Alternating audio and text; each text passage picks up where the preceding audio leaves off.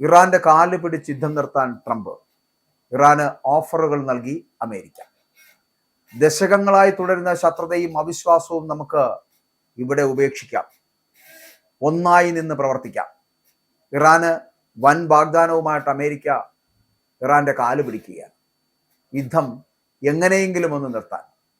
ദശകങ്ങളായി തുടരുന്ന ശത്രുതയും അവിശ്വാസവും ഒക്കെ വെടിഞ്ഞ് ആണവ പദ്ധതി ഉപേക്ഷിക്കുവാൻ തയ്യാറായാൽ ഇറാനെ കാത്തിരിക്കുന്നത് വലിയ സാമ്പത്തിക നേട്ടങ്ങളാണ് എന്ന് American vice president J D Vance പറയുന്നു.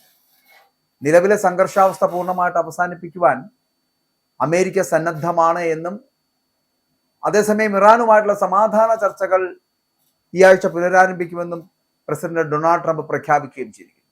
അപ്പോൾ ഇരു രാജ്യങ്ങളുടെയും പ്രതിനിധികൾ ചർച്ചയ്ക്കായിട്ട് പാകിസ്ഥാനിലേക്ക് എത്തുന്നു എന്നാണ് പറയപ്പെടുന്നത്.